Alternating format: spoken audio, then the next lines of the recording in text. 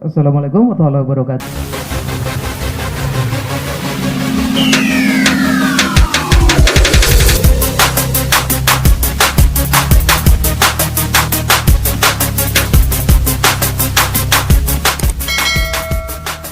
Memasuki tema 8 subtema 2 di pembelajaran 4 halaman 76 sampai dengan 81, dan kita memakai buku materi dari tematik terpadu kelas 6 dari Kementerian Pendidikan dan Kebudayaan Republik Indonesia revisi 2018. Baik Yanda dan Bunda, seperti biasanya kita berdoa dulu menurut agama dan keyakinan masing-masing. Kemudian jangan lupa untuk selalu mematuhi protokol kesehatan baik 3M maupun 5M. Kita mulai dari rumah, mudah-mudahan kita semua, anak kita, keluarga kita juga mematuhi protokol kesehatan di lingkungannya. Nah, ini dia tujuan pembelajaran yang harus dipahami oleh anak-anak kita dengan membaca informasi tentang keadaan geografis dan sosial budaya negara tetangga. Anak kita dapat menganalisis hubungannya dan seterusnya hingga dengan tujuan pembelajaran 3. Kemudian di awal halaman ada sebuah prolog sangat menarik ya, belajar tentang negara tetangga Indonesia. Nah, belajar tentang kondisi alam dan kondisi sosial budaya negara-negara tetangga dapat membuka wawasan kita. Ayo kita pelajari kondisi sosial budaya negara Vietnam dan Thailand berikut ini. Nah, ini kondisi sosial budaya dari Vietnam, bahwa orang Vietnam merupakan kelompok terbesar di negara Vietnam. Mereka disebut Viet atau Khien. Mereka tinggal di tepi pantai orang Hoa atau etnis Tionghoa, tinggal di dataran rendah. Nah, pakaian tradisional wanita Vietnam disebut juga dengan Áo Dai. Áo Dai dahulu dipakai oleh wanita dan pria, sekarang kebanyakan dipakai oleh wanita. Itu sekilas tentang kondisi sosial budaya tentang Vietnam. Kemudian di halaman berikutnya ini adalah kondisi sosial budaya Thailand. Thailand dikenal sebagai negeri gajah putih. Penduduknya adalah etnis Thai dan Lao. Sebagian besar penduduk Thailand memeluk agama Buddha Theravada, ada juga pemeluk agama Islam, Kristen, dan Hindu. Bahasa Thailand merupakan bahasa nasionalnya dan bahasa Inggris diajarkan di sekolahnya. Olahraga tinju tradisional Thailand disebut Muay Thai. Nah, kalian sudah tahu ya, Yanda dan Buddha juga sudah tahu bagaimana olahraga bela diri Muay Thai. Thailand merupakan daerah tujuan wisata, banyak wisatawan mancanegara yang berkunjung. Mereka ingin mengunjungi objek wisata pantainya, misalnya pantai Pattaya.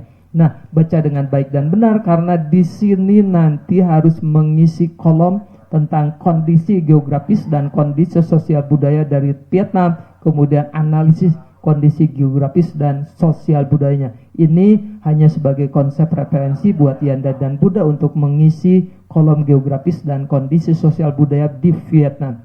Ya, semuanya ada di bacaan. Jika kurang lengkap silakan untuk berselancar atau membuka bukunya. Kemudian ini adalah tabel untuk kondisi geografis dan sosial budaya Thailand. Kalau tadi Vietnam, sekarang Thailand. Sama ya.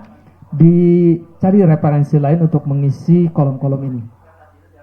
Kemudian di kolom ayo membaca, bacalah tentang pembangunan sektor pertanian di Asia Tenggara. Pertanian merupakan sektor yang sangat strategis untuk menumbuhkan perekonomian negara, khususnya bagi negara-negara berkembang di kawasan Asia Tenggara. Nah, 3 negara yaitu Thailand, Vietnam, dan Kamboja menjadi contoh dalam penelitian ini untuk melihat pembangunan sektor pertanian. Bagi ketiga negara tersebut, sektor pertanian adalah kunci perekonomian mereka. Dari waktu ke waktu, sektor pertanian mempunyai arti yang sangat penting.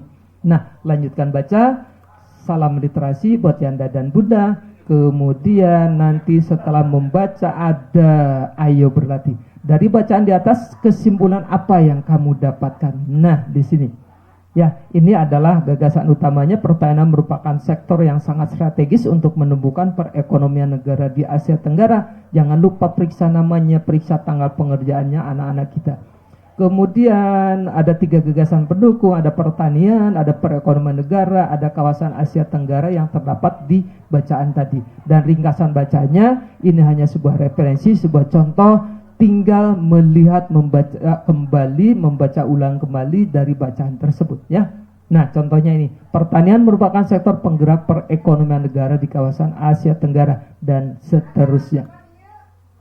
Nah, kemudian di kolom ayo mengamati, kita telah mempelajari keadaan alam dan sosial budaya beberapa negara di Asia Tenggara. Nah, setiap negara itu memiliki keunikan masing-masing. Namun ada satu persamaan yang dimiliki oleh negara tersebut, yaitu kebutuhan rakyatnya untuk mendapatkan kehidupan yang layak. Nah, kebutuhan rakyat untuk mendapatkan kehidupan yang layak. Nah, bagaimana dengan di Indonesia negara kita? Apakah diatur dalam undang-undangnya? Nah, ini bahwa Undang-Undang Dasar Negara Republik Indonesia tahun 1945 menyatakan bahwa warga negara Indonesia berhak untuk mendapatkan penghidupan yang layak. Setiap warga negara berhak untuk hidup secara layak di Indonesia dan mengusahakan suatu usaha untuk mencapai tujuan tersebut.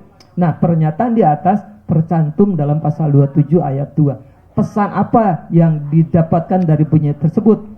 Dari pasal ini bahwa setiap warga negara berhak untuk mendapatkan pekerjaan guna memenuhi kebutuhan hidupnya. Apakah menurutmu dalam pasal tersebut disinggung tentang tanggung jawab? Iya, disinggung tentang tanggung jawab sebagai warga negara untuk mewujudkan kehidupan yang layak. Kalimat yang manakah yang menyatakan hal ini?